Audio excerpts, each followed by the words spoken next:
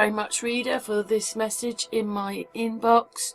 So I thought I'd go and have a look. He says, great job presenting this. Thank you so much there. This made me remember the Thule Air Base, Greenland. Look where it is on the map. Seems they're operating the Thule civilization ruins in plain sight. So I went to have a look. Thule means the farthest north location mentioned in ancient Greek and Roman literature and cartography.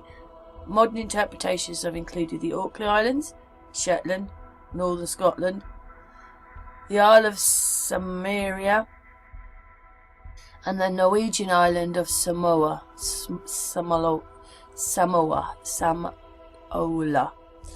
In classical and medieval literature, Ultima Thule required a metaphorical meaning of any distant place located beyond the borders of the known world.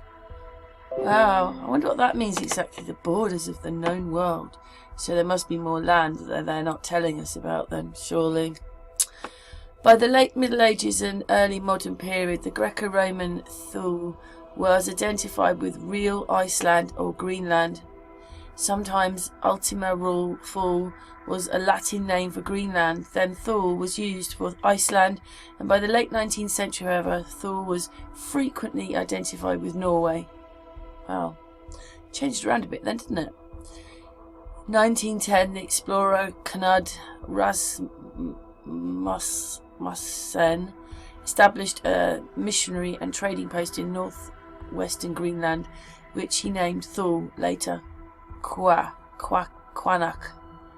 Thule has given its name to the northernmost United States Air Force base, Thule Air Base in northwest Greenland, and to be smaller lobe of whatever that is, Kuiper Belt object 486958 Akakoth. I'm sorry, my spelling's, my pronunciation is terrible, but anyway, visited by the New Horizons spacecraft. Yes, I reckon that they've, you know, when they're talking about Antarctica, they're talking about Greenland. I've just got this feeling on a lot of things. Well, just have a quick look at anything more. Yes, well, they say that that base is up there, but Greenland would be, well, I don't know. Anyway, that's the pictures of it. Very nice, very, very nice, isn't it? Taken over Greenland as well. Yeah, nice buildings, look at that. Yeah, let's have a look on a map where it is. Right, so it's quite a long way up then, isn't it? Up into Greenland. Must be in the Four Rivers bit then. What made the Thule move? Climate and culture in the high Arctic.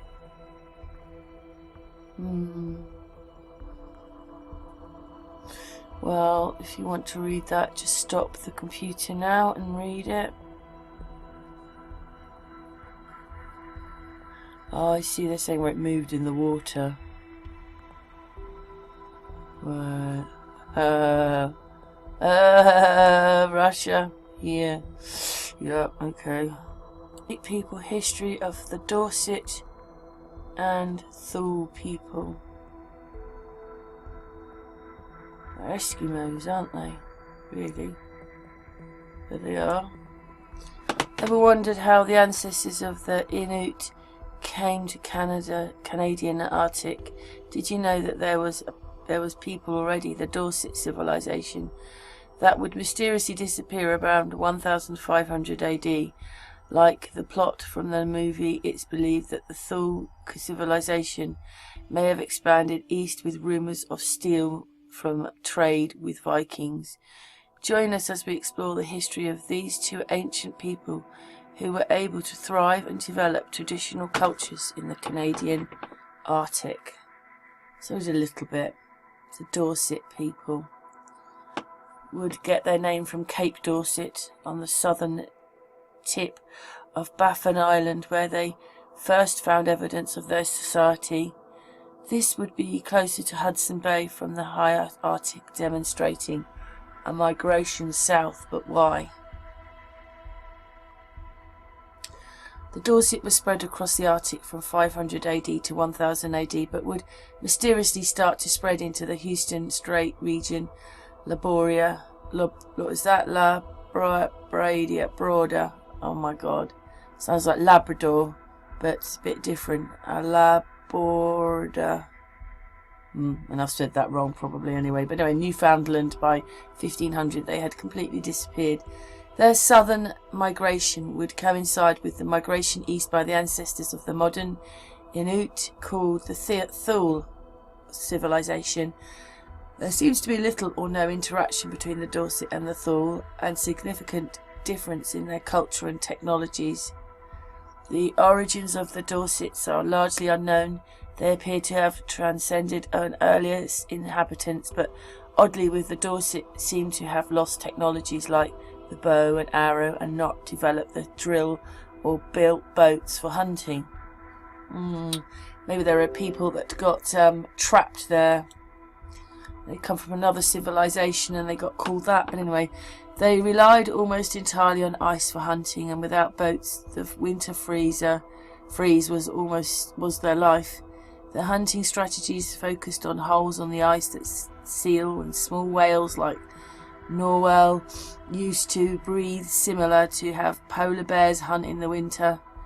Without the bow and arrow, they couldn't hunt land animals like whatever that is, those two there.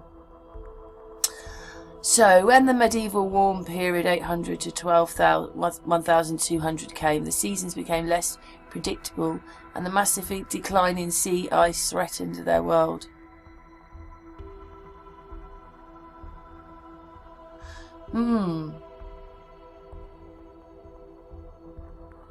This shift would have certainly had an enormous effect on their society, isolated many of their communities. Unfortunately, their shift into the east meant they would have had interactions with Europeans like travelling Vikings who introduced new diseases that led to their extinction.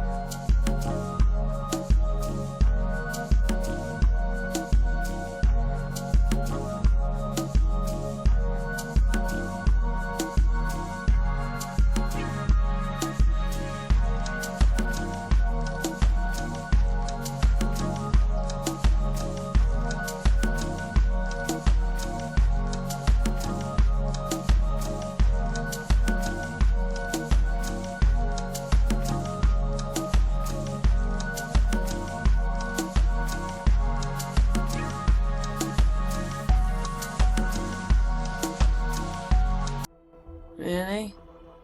I don't think that was true. But anyway, based on the dates, it's believed the Vikings on Greenland would have encountered the Dorset people along the western coast, and it would have been the Dorset that Leif Erikson termed Stralings, when he travelled to Newfoundland. Very sketchy about things, isn't it, really? Yeah, no. Anyway, they were a civilization with fortified communities along the Bering Strait before they expanded into the eastern Arctic. Their culture is marked by their extensive developments of tools and technologies, and they have had traded with Asia and the Vikings. They are ancestors of the modern Inuit and named for an agriculture site discovered on Greenland, the farthest reach of a remarkably well-connected society. They don't seem to have invaded the lands of Dorset, but rather inhabited the area formerly occupied by the Dorset. There are a number of differences between the two people that may have allowed the Thule to survive when the Dorset had chosen to leave. Thule had a wide array of hunting techniques and technologies that allowed them to thrive in this area at a time when climates were shifting. Unlike the Dorset, the Thule people had the bow and arrow, which allowed them to hunt during the summertime. God, imagine choosing to live here. The Thule advantage: hunters used kayaks and large boats called uminaks. This, combined with advanced harpoon technology, allowed them to track and hunt bowhead whales, the Antarctic's biggest whale. The use of dog sleds allowed them to travel faster and further. Got that the wrong way around, but never mind. With their larger loads, this meant they would practice trade, explore new hunting areas, follow migrating large game and sea animals, and provided the ability to bring more supplies for semi-permanent winter settlements. Back on that map again. Where most incredible is that they were using iron for tools and hunting in Alaska. They practiced a process called epimetallurgy that made the metal stronger, harder, with more efficient points. Their established society and culture allowed them to flourish in their environment, but it may also have led them to certain disadvantages and inspired them to migrate east.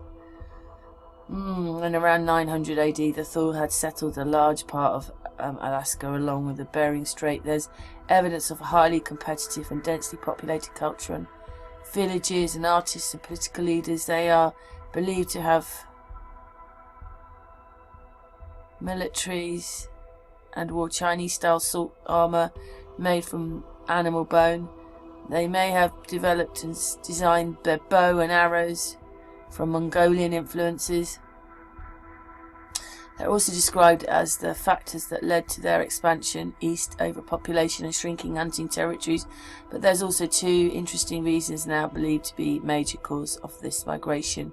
One is the widely held belief that the medieval warm period, which coincides with their expansion, opened new territories from ice that drew bowhead whales further east, bringing Thule hunters along.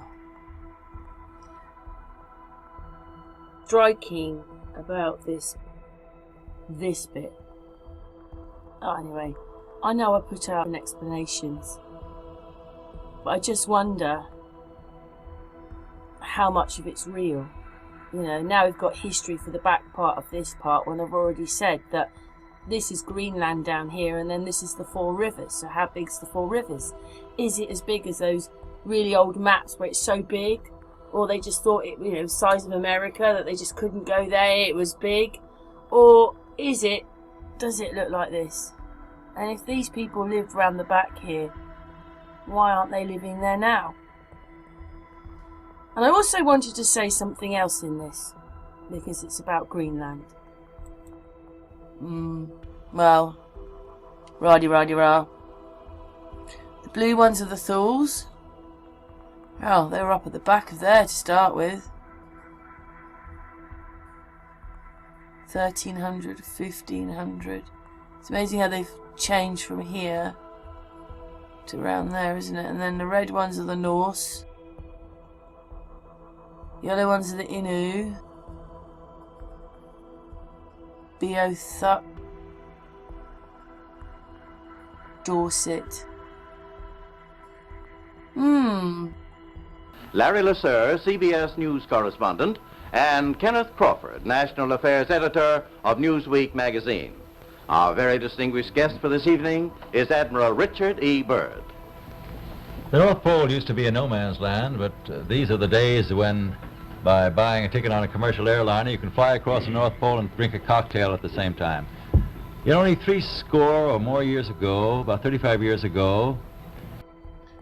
When I was taping this, I already know the footage doesn't look right to me, but what I'd done was I had put it down, because when I tape music it doesn't jump. If I have it on normal, then it jumps. If I put it right down to 144, the lowest spec you can have the video on, then I just forgot to put it back.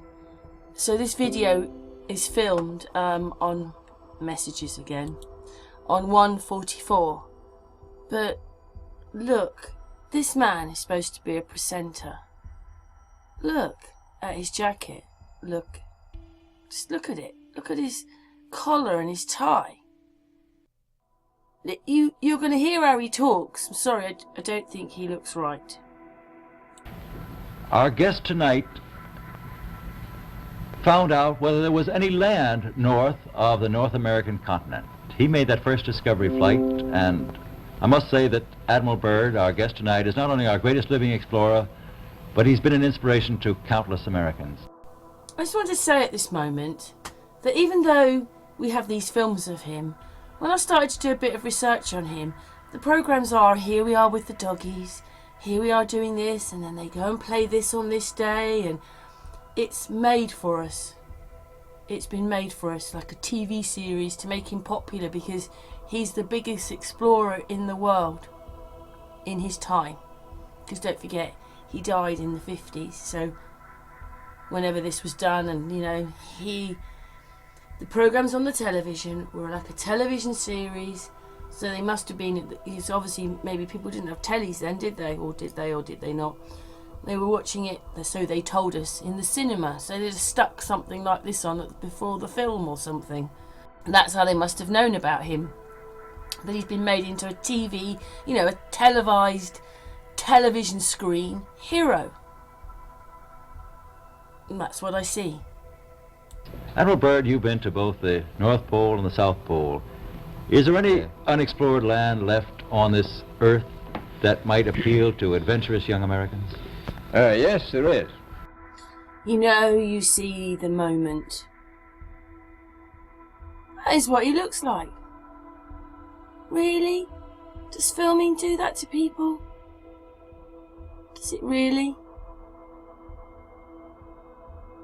It looks like he's got glasses on. We've already done that one before. They always look like they've got glasses on. Maybe they haven't, but look what you're looking at. Does this look real? Does it? I don't think it does. And not up around the North Pole, because it's getting crowded up there now, because they find out it's really usable, not only to live in, but militarily. He says to live in. To live in. I just want to go back to something. These people, supposedly, AD 1300, lived in all this.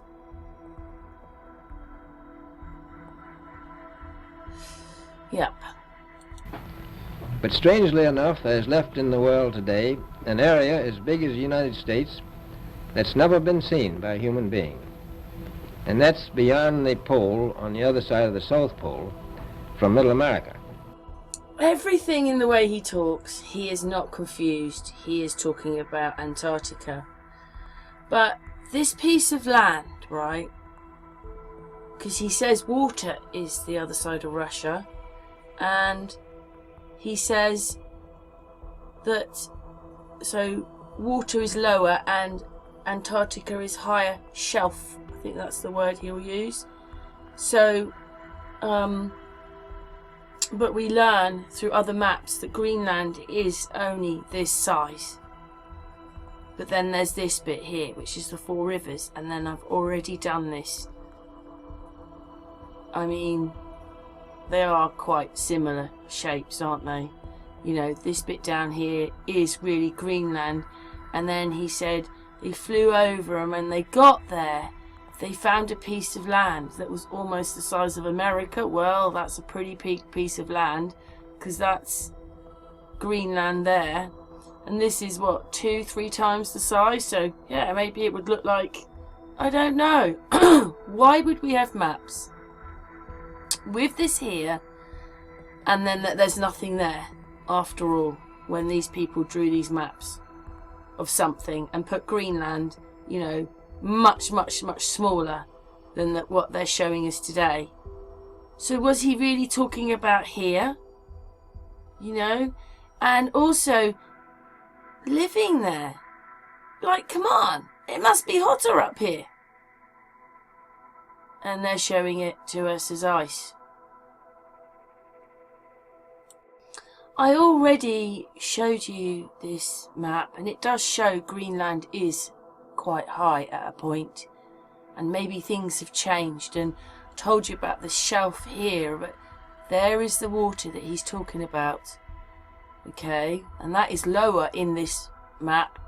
Then comes all our land, with there's Africa and South America, and then comes Antarctica, which is a higher shelf. I already showed this yesterday on this map. That is Everest sticking right up there. It is taller than this. The only information stops there. There's elevation data, but you know, that's how he did his map. But this is lower, then there's us, and then there's the shelf. So it comes down like in stages. That's if this is right. Greenland. These are the Andes in South America, and over here, like I said, that is Everest. It's quite tall. And these are all, I know that maybe you can't see them, but these are all mountains, all sort of like the bits of glass on here.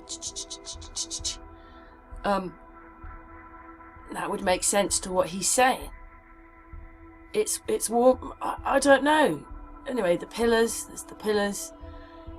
He says it's much warmer. So, is this up here? Who knows? This is the information that was in Google Maps. And it's quite ironic that they've got the pillars on there, isn't it? At the same time, like, there's information in here, look. Anyway, on to the next bit. This is another view of tall Antarctica, then us, and then this water's lower. And I'm just showing it. I'm just breaking down this video with information I know, or think I know, or have, or we can just look at it. I don't know. I'm just not sure about the Admiral Byrd thing at all anymore. And I think it's quite astonishing that there should be an area as big as that unexplored. This is a tremendous So challenge. there's a lot of adventure left down at the bottom of the world. Well, Admiral, do you hope to see that? I do. He is telling everybody that there is land down there, unexplored land, not ice shelf. He says land.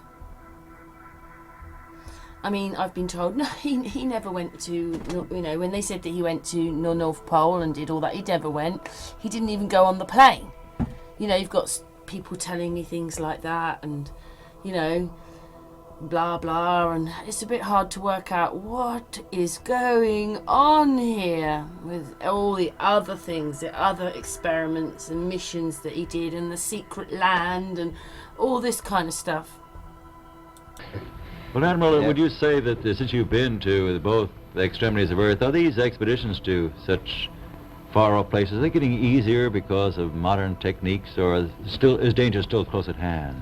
Well, it's a little risky, but nothing like it used to be with the old slow planes and the small cruising radius where we had to put down bases.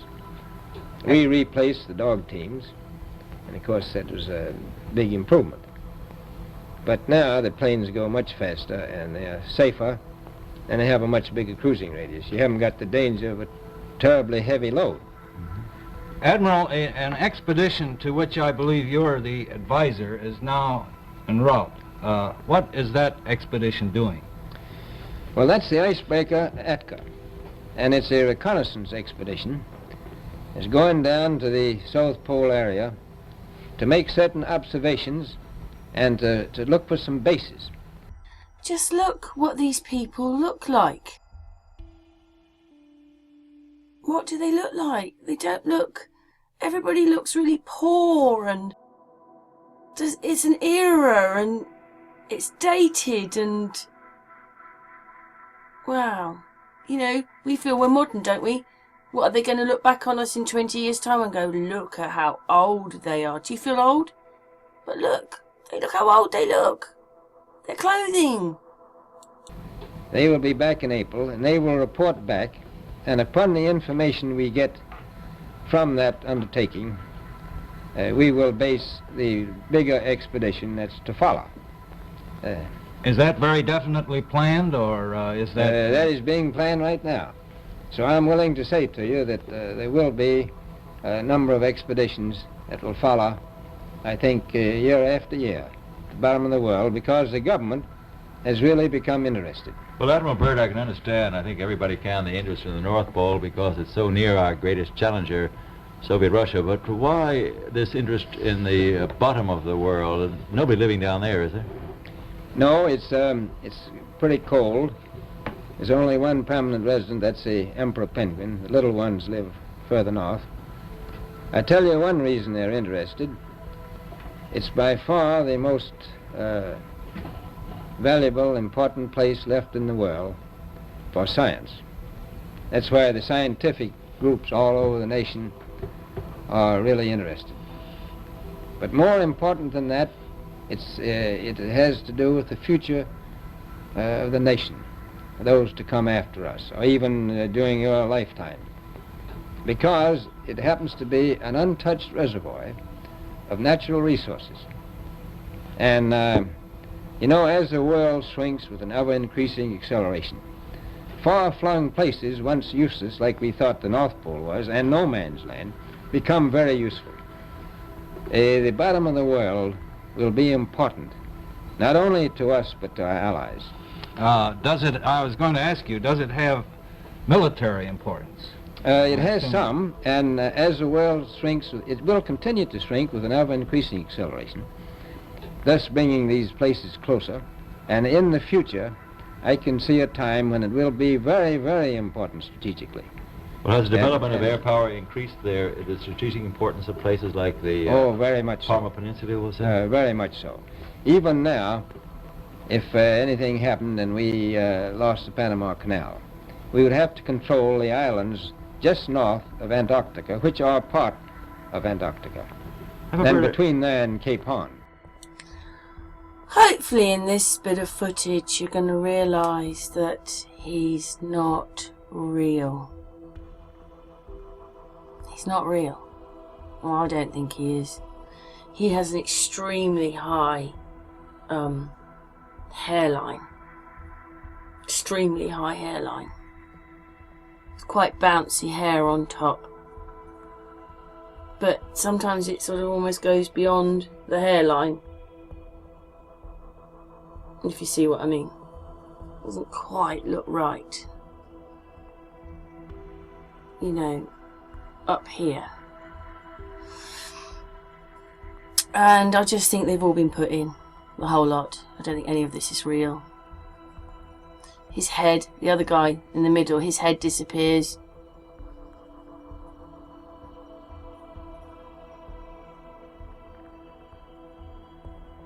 He glitches. This one here, he has problems with the writing behind. You know, just like the ones of today that I've done. See, glitching. Only him. Same things. And just the way they look. Their clothes, their style. What? It couldn't have been a very brilliant trip then. I mean, look at them. If that's what they look like. There you go, did you see that? Look up here, his shoulder. There you go. Anyway, he's glitching now, the background isn't glitching.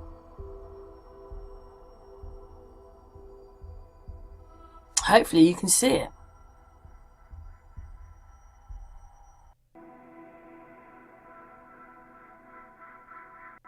Not very good with hands. They weren't very good then and they're not very good now. Always problems with the fingers. Look at that again. Problems with the fingers.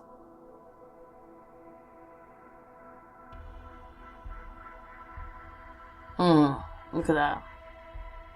We did a video on that the other day.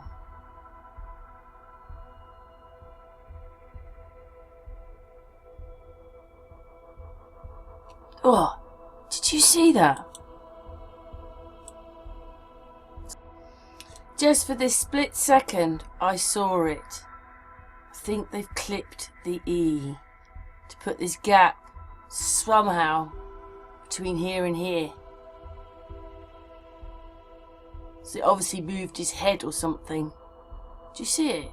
It's touched the E. I reckon it has. I reckon, can you see it here? There's nothing in here. Let's go back.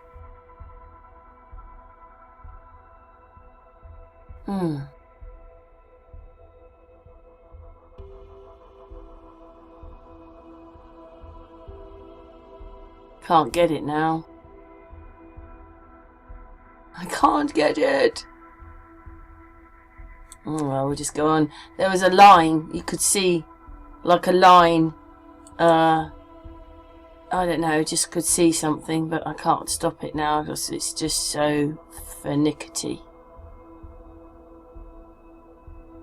But you know, he has problems with those letters behind his head. He just does. Look at his hand. Look at his hands.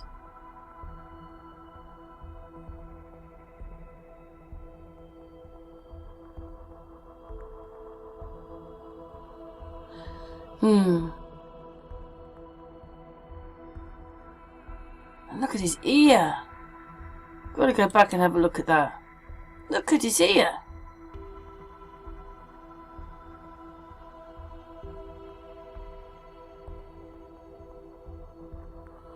And his ropey old jacket.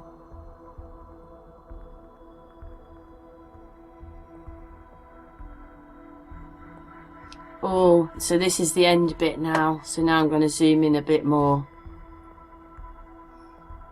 So the program's finishing and they're starting to zoom out from him, but also he's changing and he gets smaller.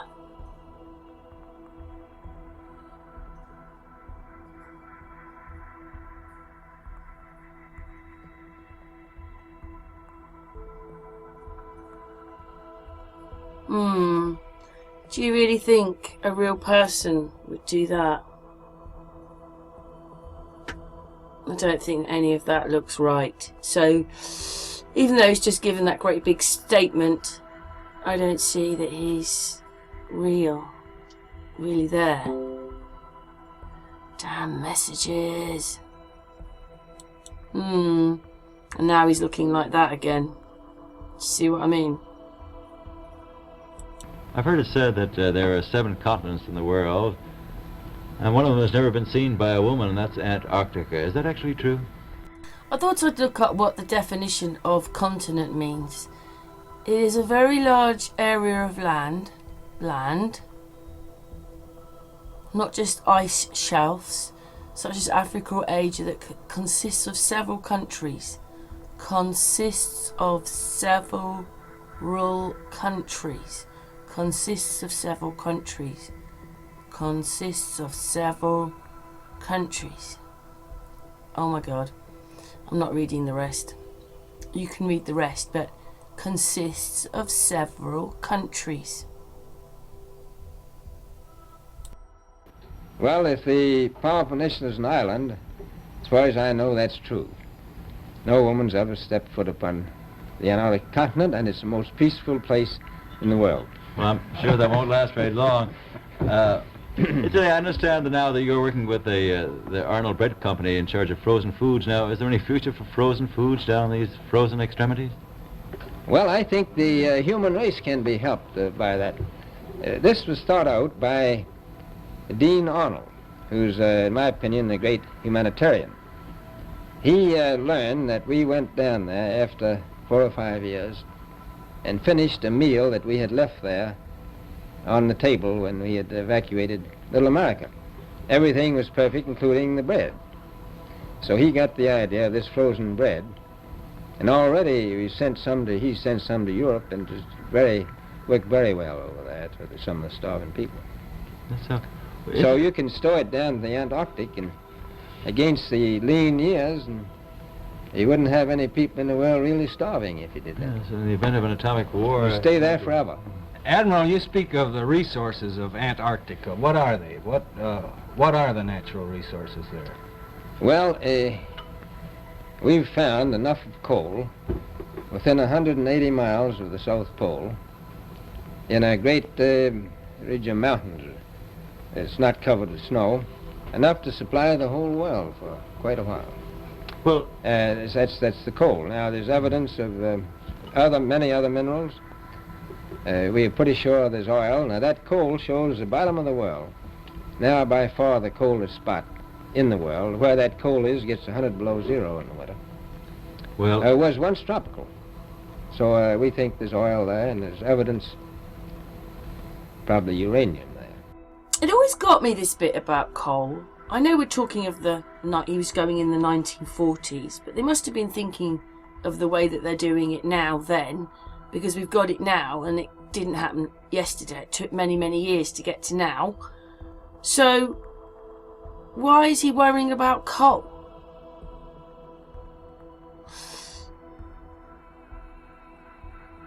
He talks about other minerals, and it's all to be, everybody's looking at it, and it's all an experiment, and he actually says it used to be tropical. So he did say that. And it would be really nice if there was a piece of land down there, but we still don't know. Anyway, I'll just let the video play out, and thanks very much for watching. is it any secret, is there uranium there? That would be the only thing that would be practical to actually go after, I suppose. Everything else would be economically unfeasible, wouldn't it? Well, as we recklessly expend our resources, the time will come when we'll have to go after that stuff down there.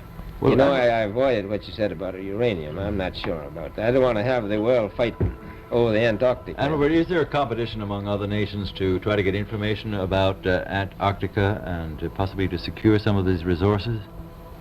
Well, yes. There are now 7 nations very much interested. Russia is interested tremendously. That I'm sure of. Australia has an expedition down there. The Argentine, the Chile, New Zealand, Britain, and so on. So, all these bedraggled people, right, he said that they're all down there, doing experiments, they've all, whatever, they're all there. The Australians, New Zealanders, what, in the 1950s? When they looked so bedraggled? Wow. Now, you can understand those people down there being interested because they live down there, the New Zealanders, the Argentinians, the Chileans, and Australians. And so we don't do much about claiming anything. Admiral, you make this sound a little crowded. Are there that many expeditions now there or en route there? Well, as I said, it's the most peaceful place in the world, but I don't think it will be for long, because of this intense interest on the part of other nations and this nation. Well, Admiral Byrd, are private expeditions a thing of the past? Is expedition and exploration, making expedition and exploration now purely a government function because of the tremendous cost and organization? No, I don't think so. I think down south it may be more or less a thing of the past, but not other expeditions that go there. A lot of them go north now. This latest expedition now on the way is a government expedition, I take it. Yes, that's the government. Admiral Byrd, may I ask you, is there a great difference between the top of the world and the bottom of the world? There is. Now, the North Pole is the center of an ocean 10,000 feet deep. the South Pole, the center of a plateau, 10,000 feet high. The North Polar Sea is surrounded by continents slightly frozen.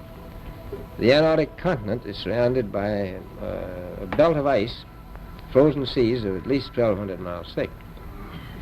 Now the south is a plateau. It gets in some places 14,000 feet up. I've been over areas about 13,000, and it's a little bit chilly up there. So there's that big difference between the top and bottom of the world. The north really isn't very cold up there on the Arctic Ocean. Not compared to the south. Admiral Byrd, we often hear it said that our young Americans now aren't as hardy as their forefathers. Do you think that Americans do measure up to the standards, the physical standards and morale standards of the past? I do. I don't believe that. I think they're just as hardy. Well, what would you say was the most valuable factor on an expedition? Is it morale, or physical courage, or is it sheer equipment? Well, I've always thought that loyalty was by far the most important trait. The British told me that when I first went down in 28 that I couldn't possibly get through the winter night without a mutiny if I took more than 20 men. But to serve science, I had to take 42 men. Then I took 56 the next time, and so on. And I did find that loyalty was the most important thing during the winter night when it's very hard on your nerves. I think that's best trait. Well, that's a very valuable characteristic at any time. Well, thank you very much, Admiral Byrd. It's been a great pleasure to have you here tonight. It's a pleasure to be with you.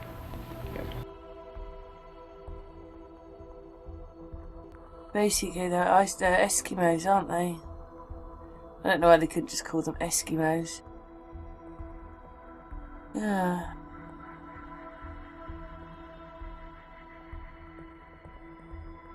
Wow. Bit rough living in a tent. Obviously that's Greenland there, but I'm saying that's Thule high school, high resolution stock, but yeah. It's not actually that much information. Not really. The Thule people. Life to show that the Thule people had been there.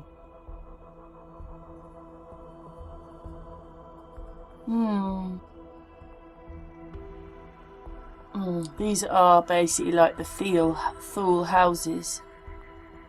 Obviously they made them. This one looks quite interesting, doesn't it? The Second World War time. Wonder what they're doing there then. It's nowhere near a war, was it? Well, we are quite a long way up into Greenland. There we go, there's a picture there of it.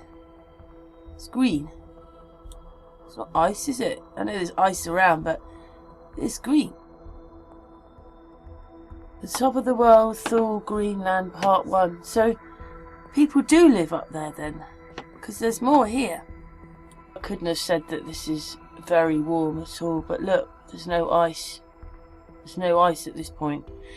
Me and artists looked it up. In the summer, Greenland has the same temperatures as the UK, just like North Canada has the same temperatures as, say, Miami, but they don't have them for as long.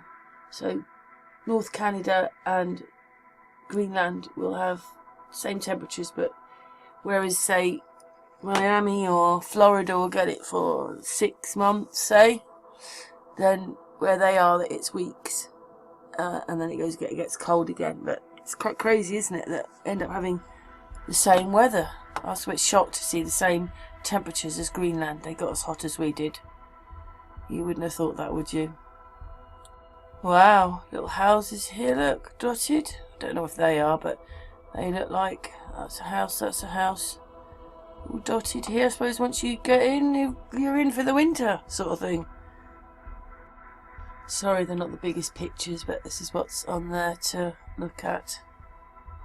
There's that airport, there's that funny mountain I just showed you. It says here, the Dew line, which I think that's supposed to, oh, I don't know, there's Greenland. Well, it doesn't match then, does it? The distant doesn't match. Early warning line, or Dew line, was a series of radar stations across the Arctic from Alaska through Canada over Greenland to Iceland.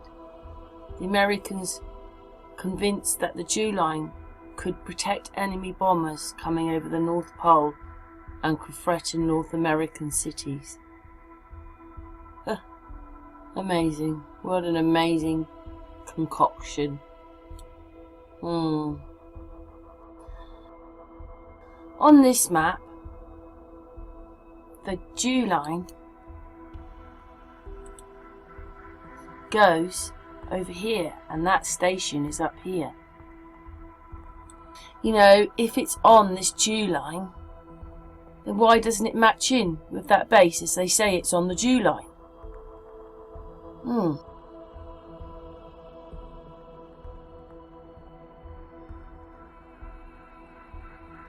Aha! Now we have a link. It's extremely close, isn't it? To Canada.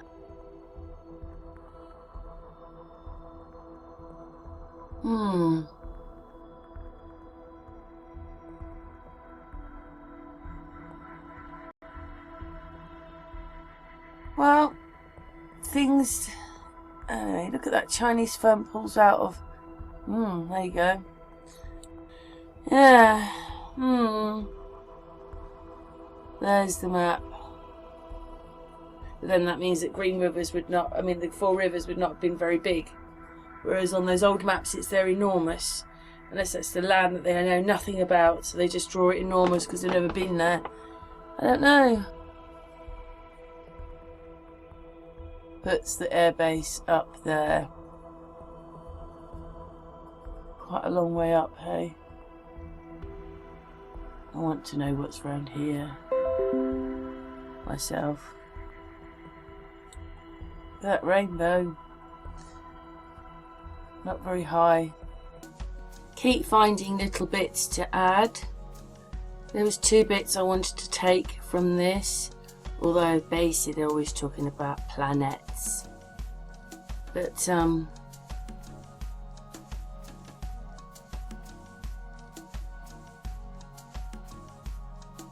I think they're talking about outer space there, which we know, well, we know about that.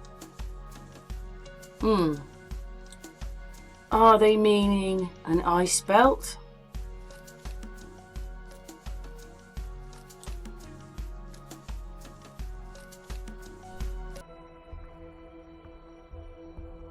That says radar.